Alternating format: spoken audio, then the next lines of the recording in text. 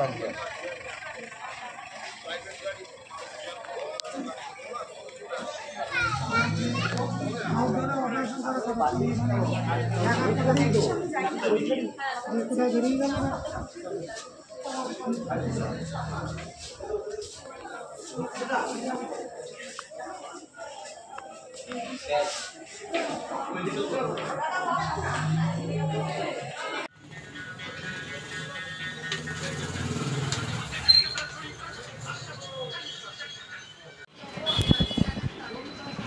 ঘটনা হয়েছিল? ঘটনাটা হচ্ছে, আমি পশ্চিমবঙ্গ সরকারের দ্বারা অ্যাপয়েন্টেড নোটারি পাবলিক নবদ্বীপের, মানে এখনও পর্যন্ত আমি একাই আছি। 1996 সাল থেকে আমি করে আসছি। এবার বেশ কিছুদিন ধরেই শুনছি যে আমার সিল নাকি জাল করে অন্য অন্য জায়গায় করছে। তার আমি কারণও বুঝতে পেরেছি, অনেক কমে গেছে। আমি ভেবেছি হয়তো কৃষ্ণনগরে গিয়ে করিয়ে নিয়ে আসছে। তারপরে আমি মানে একটু অনুসন্ধান করে দেখলাম যে না, সত্যি সত্যি একটা আমার সিল জাল হয়েছে। কতদিন ধরে হচ্ছে এটা? আমার মনে হয় ওই কোভিডের সময় থেকে হচ্ছে, 2019-20 18-19 থেকে আরম্ভ হয়েছে। আমি একটা পুরনো পেয়েছি 19 সালের, তারপরেও আমি ভেবেছিলাম যে হয়তো বন্ধ হয়েছে বা কিছু, কিন্তু স্টিল করে যাচ্ছে। তো তার পরিপ্রেক্ষিতে আমি থানায় অভিযোগ করি, বোধহয় মোস্ট প্রবাবলি গত বছর জুন মাসে।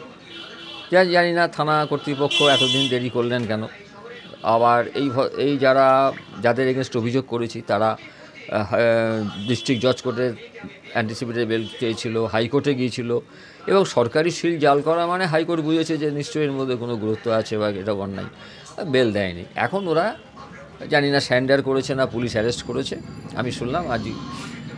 ব্যাপারটা হচ্ছে যে এরা শুধুমাত্র আমার সিলটা জাল করেছে তাই নয়, আমি খবর পেয়েছি যে এরা এইটা নিয়ে কিছু ইললিগাল মানি গেইন করছে আর কি। মানে ধরুন, গাড়িতে এখন সব গাড়িতে অথরাইজেশন লাগে, সেই অথরাইজেশনগুলো করছে, এবং এদের সঙ্গে বিভিন্ন ট্রান্সপোর্ট কোম্পানির সঙ্গেও আমার মনে হয় যুক্ত আছে।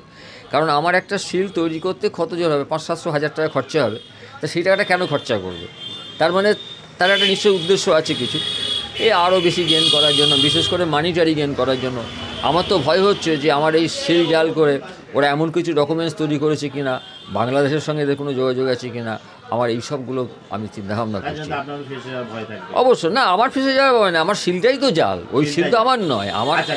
আমি যে অবশ্যই আমি যে সিলটা করেছি সেটা আমি পশ্চিমবঙ্গ সরকারের কাছে আমার দেওয়া আছে, সেই বেসিসে হয়েছে, এবং as per instruction of the judicial law department and judicial notaries act, সেইভাবে সিলগুলো তৈরি হয়েছে। এখন সবথেকে বড় জাতি যেটা হচ্ছে, এই সমস্তগুলো করলে মানুষ তো ক্ষতিগ্রস্ত হবে, সঙ্গে সঙ্গে সরকারেরও একটা বদনাম হয়ে যাচ্ছে।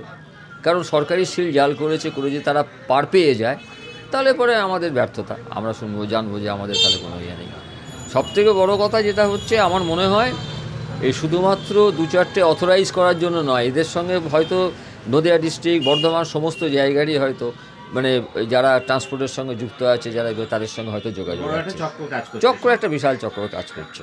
সেই আমি সেই জন্য কর্তৃপক্ষের কাছে, বিশেষ পুলিশ প্রশাসনের কাছে বলবো, তদন্ত হোক, আরও ডকুমেন্টস হোক, কী কী ডকুমেন্টস ওরা জালিয়াতি করেছে। শুধু যে অথরাইজেশন করেছে তা নয়, অন্য কোনো ডকুমেন্টসও করতে পারে, সেগুলো পূর্ণাঙ্গ কোনো তদন্ত হোক এবং মানে সত্যটা বেরিয়ে আসুক, আমি এটাই চাইব।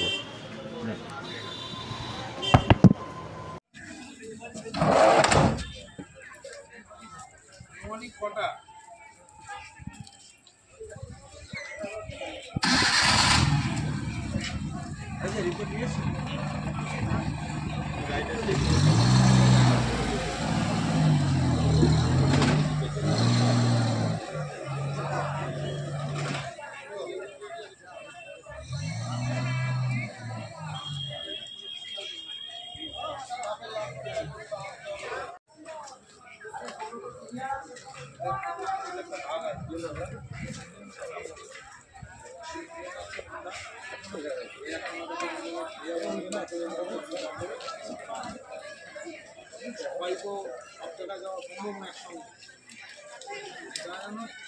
সব জায়গায় আছে লোক।